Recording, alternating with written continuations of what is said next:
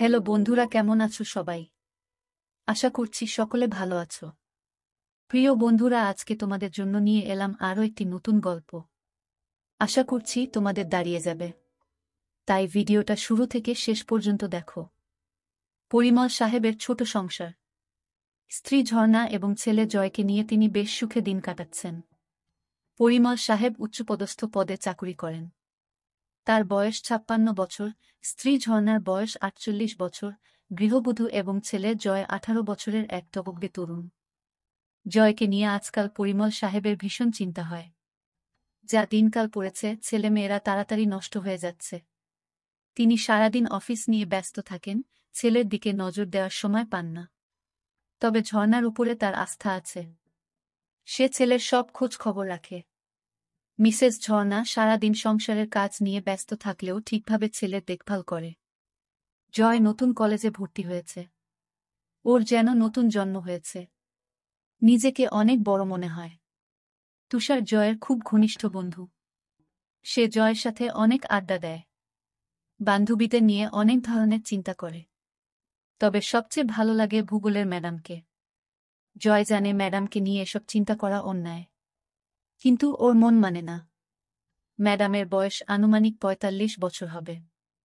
বেশ লম্বা। ভূগোল ম্যাডামের ক্লাস শুরু হবার আগে জয় প্রতিদিন কলেজের করিডোরে দাঁড়িয়ে থাকে, কারণ ওখানে দাঁড়িয়ে থাকলে ম্যাডামকে ভালোভাবে দেখা যায়। ম্যাডাম যখন হাঁটেন তখন তাকে দেখতে অনেক সুন্দর লাগে। আজকে জয়ের মন ভালো নেই। রাতে ওর স্বপ্ন হয়েছে। এটা জয়ের কাছে নতুন নয়, এর আগেও হয়েছে। কিন্তু আজ স্বপ্ন ভূগোলের ম্যাডামকে নিয়ে হয়েছে। স্বপ্নটা দেখার পর থেকে জয় কেমন যেন একটা অপরাধবোধে ভুগছে। সকালে ঘুম থেকে উঠে জয় বাথরুমে ঢুকল। পরনের লুঙ্গিটা বালতিতে ভিজিয়ে রাখল, একটু পর কাজের মাসি ধুয়ে দিবে। জয় ঠিক করল আজ আর কলেজ যাবে না। এমন সময় জয়ের মা ঝর্ণা জয়ের রুমে ঢুকল। জয়কে বলল, আজকে কলেজ যাবি না? জয় উত্তর দিল, না মা, শরীরটা ভালো লাগছে না। জয়ের মা বলল, কেন বাবা, কি হয়েছে? জয় বলল, না মা, তেমন কিছু নয়। জয়ের মা আর কথা বাড়াল না। সে বলল, ঠিক আছে, আজ আর কোথাও যেতে হবে না। টেবিলে খাবার দিচ্ছি, তুই খেতে আয়। ঝর্ণা ডাইনিং রুমের দিকে রওনা হল। জয় পিছন থেকে তার মায়ের হেঁটে যাওয়া দেখছে। হঠাৎ ওর মাথা ঘুরে উঠল। শরীরটা ঝিমঝিম করতে লাগল। অবাক চোখে জয় দেখল ওর মাকে। মাথার মধ্যে আবোলতাবোল চিন্তা জেঁকে বসল জয়ের। পরক্ষণেই মনে হল, ও এসব কি ভাবছে? ছিছি, নিজের মাকে নিয়ে কেউ কখনো এ ধরনের চিন্তা করে? জয় মুখ ধুয়ে রুম থেকে বের হল। তুষারকে ফোন করল। হ্যালো, আন্টি তুষার আছে? ওপাশ থেকে বলল, কে? জয় নাকি? জয় বলল, হ্যাঁ আন্টি, আমি জয়। একটু ধরো বাবা, ডেকে দিচ্ছি। একটু পর তুষার ফোন ধরল। কি রে জয়, কি খবর? তুষার, আজকে কলেজ যাব না। শরীর ভালো নেই। কলেজ ফাঁকি দিচ্ছিস কেন? চল না। জয় একবার ঠিক করল কলেজ যাবে। পর মুহূর্তেই ঝর্ণা তার চোখের সামনে ভেসে উঠল। না রে, তুই যা। আমি আজকে আর যাব না। ফোন রেখে জয় খাবার খেতে বসল। যতই চেষ্টা করছে মার ব্যাপারটা মন থেকে মুছে ফেলতে, ততই যেন আরও বেশি করে চোখের সামনে ভেসে উঠছে।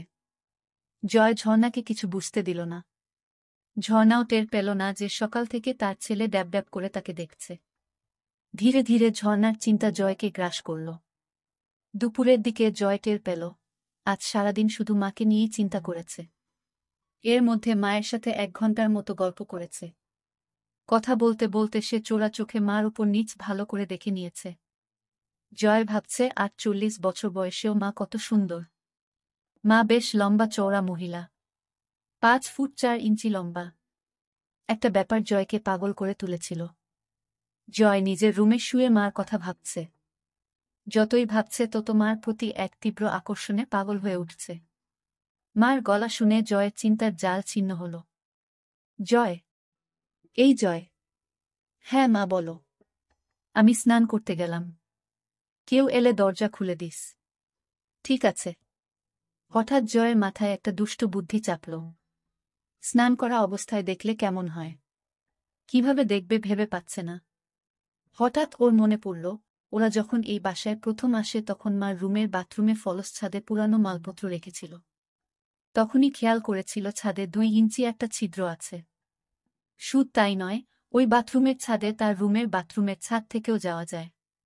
জয় এক লাফে ওর বাথরুমের ছাদে উঠে মার বাথরুমের ছাদে গেল।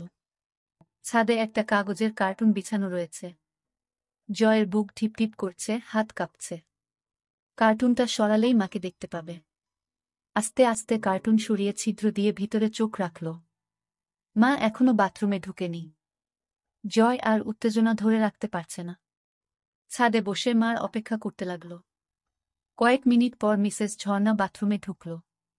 জয় নিঃশ্বাস বন্ধ করে দেখতে লাগল। ঝর্ণা টুথব্রাশে পেস্ট লাগিয়ে আয়নার সামনে দাঁড়িয়ে দাঁত ব্রাশ করতে লাগল। ঝর্ণা এবার শাওয়ারের নিচে দাঁড়িয়ে স্নান করতে লাগল। জয় বুঝতে পারল মা আর বেশিক্ষণ বাথরুমে থাকবে না। জয় হাতের কাজ শুরু করে দিল। 2 মিনিটের মাথায় জয়ের কাজ শেষ হয়ে গেল। ঝর্ণা বাথরুম থেকে বের হল, জয়ও নিচে নামল। দুপুরে মা ছেলে একসাথে খেতে বসল। খাওয়ার পর জয় নিজের রুমে শুয়ে একটা বই পড়তে লাগল। বইতে মা ও ছেলের অনেক গল্প আছে। সে মজা করে গল্পগুলো পড়তে লাগল। ঘণ্টা খানেক পর জয় শুনতে পেল মার ঘরে ফোন বাজছে। ঝর্ণা ফোনে কথা জয়কে ডাকল।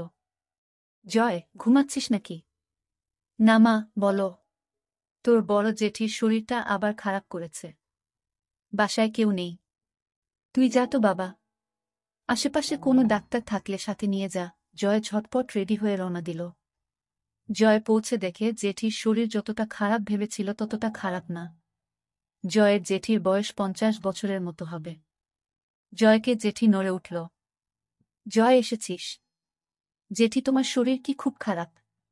হ্যাঁ বাবা, সকাল থেকে শরীরটা খুব ব্যথা করছে। ডাক্তার ডাকব?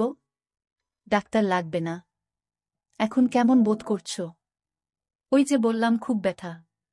কোথায় ব্যথা করছে? পিঠে আর কোমরে। ম্যাসাজ দিলে ভালো লাগবে? বুঝতে পারছি না। জয় ম্যাসাজ শুরু করল। কিছুক্ষণ পর জয় বুঝতে পারল জেঠির ব্যথা কমছে। ভালো লাগছে জেঠি? হ্যাঁ বাবা, খুব ভালো লাগছে। ঘুম ঘুম ভাব হচ্ছে। ঠিক আছে, তুমি ঘুমাও। কয়েক মিনিটের মধ্যে মিনু ঘুমিয়ে গেল। তার নিঃশ্বাস ভারী হয়ে উঠল। এদিকে জয় বাসা থেকে বের হওয়ার পর মা জয়ের রুমে ঢুকল। ছেলেটা সবকিছু অগোছালো করে রাখে। রুম গোছাতে গোছাতে ঝর্ণা হঠাৎ বালিশের নিচে একটা বই আবিষ্কার করল। বই খুলে দেখে ঝর্ণার চোখ কপালে উঠে গেল, মাথা বনবন করে ঘুরতে লাগল। ছিছি জয়, এসব কি পড়ে? হারামজাদা, আজকে বাসায় আস। পিঠের চামড়া তুলে ফেলব। ছিছি জয়, এত নিচে নেমে গেছে। এই বয়সেই এসব গল্পের বই পড়ে? কি মনে? হাতেই ঝর্ণা পড়ার জন্য বই খুলল। পড়তে পড়তে তার 2 চোখ আবার কপালে উঠে গেল। ছিছি, এমন গল্প কেউ কিভাবে লিখতে পারে? পড়ব না করেও ঝর্ণা গল্পটা পুরো শেষ করল। গল্প পড়ে ঝর্ণা আর থাকতে পারল না। এক দৌড়ে বাথরুমে ঢুকে হড়হড় করে বমি করে দিল। মুখ ধুয়ে কিছুটা সুস্থ হয়ে বাথরুম থেকে বের হল। কথায় আছে, নিষিদ্ধ জিনিসের প্রতি মানুষের সবসময় আকর্ষণ থাকে। ঝর্ণার ক্ষেত্রেও এর ব্যতিক্রম হল না। সে ঠিক করল বইটা তার কাছে রাখবে। সব গল্প পড়বে। ঝর্ণা নিজের ঘরে ঢুকে বিছানায় আয়েশি ভূমিতে বসে বইটা খুলল। বই পড়তে পড়তে ঝর্ণা টের পেল তার উরু বেয়ে একটা পানির ধারা পেয়ের দিকে নেমে যাচ্ছে। ঝর্ণা বুঝতে পারল ব্যাপারটা কি হচ্ছে। ঝর্ণা বুঝতে পারছে না জয়কে এই ব্যাপারে কোনো শাস্তি দিবে কিনা। বিকালে জয় বাসায় ফিরল। রুমে ঢুকে দেখে বইটা নেই। বাসায় মা ছাড়া আর কেউ নেই। তাহলে মা কি বইটা নিয়েছে? জয় প্রচণ্ড ভয় পেল। মা যদি বইটা নিয়ে থাকে তাহলে কি হবে? মা যদি গল্পগুলো পড়ে তাহলে খুব লজ্জার ব্যাপার হবে। সন্ধ্যার দিকে জয়ের সাথে ঝর্ণার দেখা হল। কি রে, তোর জেঠির অবস্থা কেমন? এখন অনেকটা ভালো। মা ছেলের মধ্যে আরও কিছুক্ষণ কথাবার্তা হল। ঝর্ণা রান্নাঘরে গেল। জয় তার রুমে এসে শুয়ে পড়ল। চোখ বন্ধ করতেই ঝর্ণার কথা ভাবতে লাগল। ওদিকে ঝর্ণা রান্নাঘর থেকে নিজের ঘরে যেয়ে বাকি গল্পগুলো পড়তে লাগল। বেশিরভাগ গল্পই মাছেলের নিয়ে। ঝর্ণা গরম হয়ে গেল। কি করবে ভেবে পাচ্ছে না। ঝর্ণা কি করবে? রান্নাঘরে বেগুন নেই। হঠাৎ মাথায় একটা বুদ্ধি এলো। ঝর্ণার মাথা খারাপ হয়ে গেছে, কি করছে নিজেই জানে না। হাতের কাছে মোম ছিল, সেটা দিয়ে সেদিনের মতো কাজ সারল। সন্ধ্যার পরে জয় আড্ডা মারতে বের হল। এই ফাঁকে ঝর্ণা জয়ের রুমে ঢুকল। খুঁজতে খুঁজতে বিছানার নিচে কিছু সিডি পেল। একটা সিডি নিয়ে প্লেয়ারে চালিয়ে সোফায় বসল। ঝর্ণা অবাক হয়ে দেখছে, আড্ডায় জয়ের বন্ধুরা মেয়ে ছাড়া অন্য কোনো কথা বলে না। জয়ের আর আড্ডা ভালো লাগছে না। এই মুহূর্তে মাকে দেখতে ভীষণ ইচ্ছা করছে। সে বাসায় চলে এলো। এদিকে ঝর্ণা শুয়ে তার ছেলের কথা ভাবছে। মুহূর্তেই আবার ভাবছে, ছিস ছিস, নিজের ছেলেকে এসব কি ভাবছি। ধীরে ধীরে জয়কে নিয়ে তার ভাবনা প্রখর হতে লাগল। পরিমল সাহেবের বয়স হয়েছে, এখন আর আগের মতো ঝর্ণাকে তৃপ্তি দিতে পারে না। কখনো কখনো ঝর্ণার চরম পুলক হওয়ার আগেই পরিমল সাহেব হাঁপিয়ে যায়। সব মিলিয়ে ধীরে ধীরে ঝর্ণার সমস্ত ভাবনা জুড়ে তার ছেলে জয় এসে পড়ল। রাতে ঝর্ণা ও জয় একসাথে খেতে বসল। ঝর্ণা আর চোখে লক্ষ্য করল জয় ড্যাব ড্যাব করে তাকে দেখছে। মাঝরাতে জয়ের ঘুম ভেঙে গেল। এদিকে সারা রাত ধরে ঝর্ণা ঘুমাতে পারেনি। যখনই চোখ বন্ধ করে তখনই জয়ের চেহারা ভেসে ওঠে। ঝর্ণা বুঝতে পারছে না কি করবে। একদিকে ছেলের প্রতি নিষিদ্ধ টান, আরেকদিকে মা ছেলের সম্পর্ক। স্বামী তাকে যথেষ্ট ভালোবাসলেও তাকে সুখ দিতে পারে না। অবশেষে ঝর্ণা সিদ্ধান্ত নিল কাল দিনে জয়কে বাজিয়ে দেখবে। সে জয়ের মা। জয়ের মনে কিছু থাকলে ভয়ে সে সেটা প্রকাশ করবে না। প্রথম সুযোগ তাকেই দিতে হবে।